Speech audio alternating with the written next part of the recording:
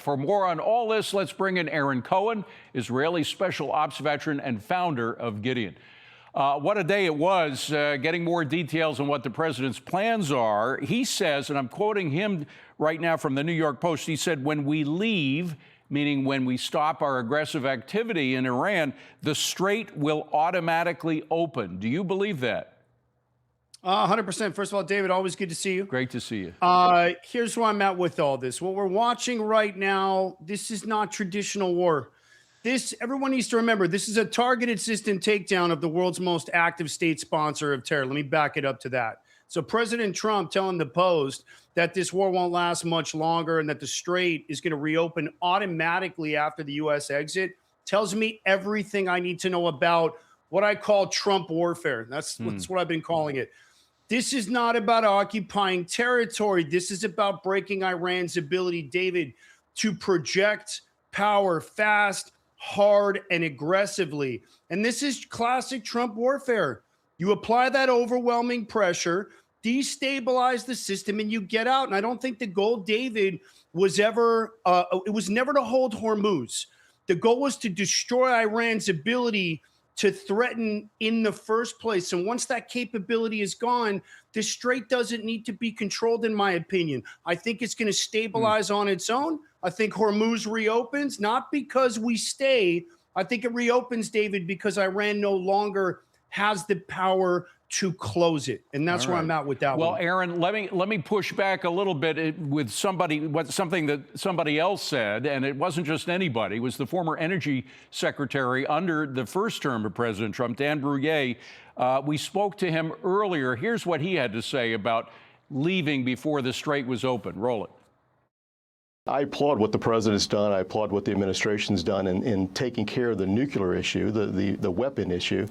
But look, if we're going to leave the area and allow them to maintain control over the Strait of Hormuz, any country that controls 20% of the world's oil supply or oil flow maybe doesn't even need a nuclear weapon.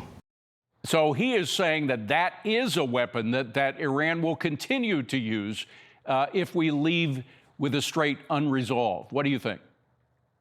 I'm going to push back on the pushback, David. I think President Trump has a plan here. Look, you heard what Hegseth just said, and when the secretary says that in the next few days it's going to be decisive, he's exactly right, because we're now in the final. Look, this is a pressure campaign. Iran is being forced into a corner. So that's my response to him. And Iran is going to absorb and they're going to back down. And if they try and escalate, David, they're going to expose themselves even more to devastating consequences. And the interesting thing about this operation over the last couple of weeks, there's been an internet blackout. So we haven't been able to see, the world hasn't been able to see, because the mullah shut off the internet, the amount of damage the Americans and their partners Israel have done. Israel taking out over 200 leaders, the Americans wiping out dozens, almost eliminating the Iranian Navy, the IRGC Navy completely. So at this point, I think we're going to be okay. If the president's signaling that it's time to start pulling out,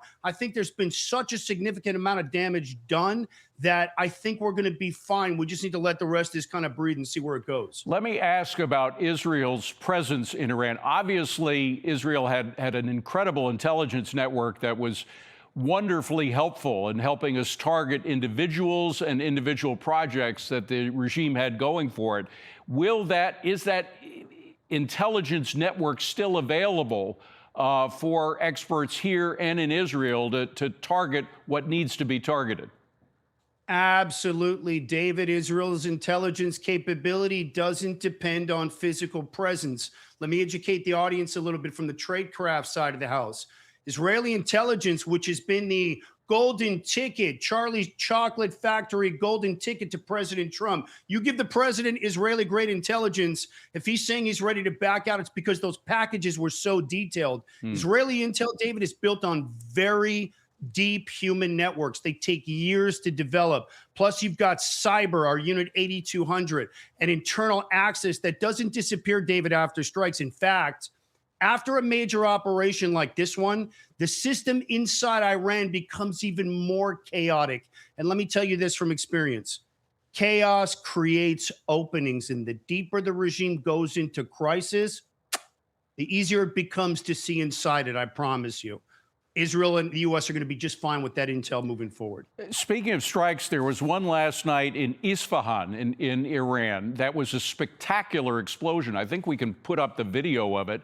The president was reluctant to go into details, but it's clear that what happened in Isfahan was dramatic and had a level of crippling the regime that was existentially greater than all other strikes that we've seen so far. Would you agree with that? 100%, David. And the fact that there was video that got out, considering the lights have been turned off for almost a month in Iran, it's important to see the level of that operation. I mean, look, David, this operation, including what you just saw in Isfahan, should have happened decades ago. And so when Trump and the United States and Israel, what they're doing right now is they're going after the source of terror. They're not just reacting to it like the previous administrations. And that explosion in Isfahan is pin proof of that. And so Trump, with that blast and the thousands of other sorties that we haven't seen because of the blackout, has made it clear this is going to be short. Let me say it again. The only strategic mistake now would be to leave before Iran's ability to threaten the region and the world is fully broken. So that's what that strike represents to me. That's how I see it. And I think we're in very good shape right now. We just haven't seen all of the incredible sorties that have taken place because of this internet blackout. Final quick question. The enriched uranium, I think there's about 1,000 pounds of it somewhere in Iran. Do we need to get that out before we get out? You know, it's a good question. Iranium has, look, the nuclear program was always the #1 operational goal of this campaign. It's what brought us there. It's what kept us in there. It's what initiated and kicked this thing off. My answer is this. If President Trump is pulling out, it means that he's got intelligence and enough actionable information, which he's not sharing with the media and the rest of the world. Very small group of people in that circle. And it means that they feel like that uranium has been degraded or has been put in a position where it's not going to be a threat. And remember, Israel's Mossad has been inside of Iran for decades. And so maybe there's a small operation that pops off. Maybe we hear about it down the road. Let's kind of see how that one unfolds right now. But I think there's intel that we're not privy to regarding that if the president's deciding it's almost time to pull out. Sounds like good news for us. Aaron Cohen, thank you so much for all that. Appreciate it.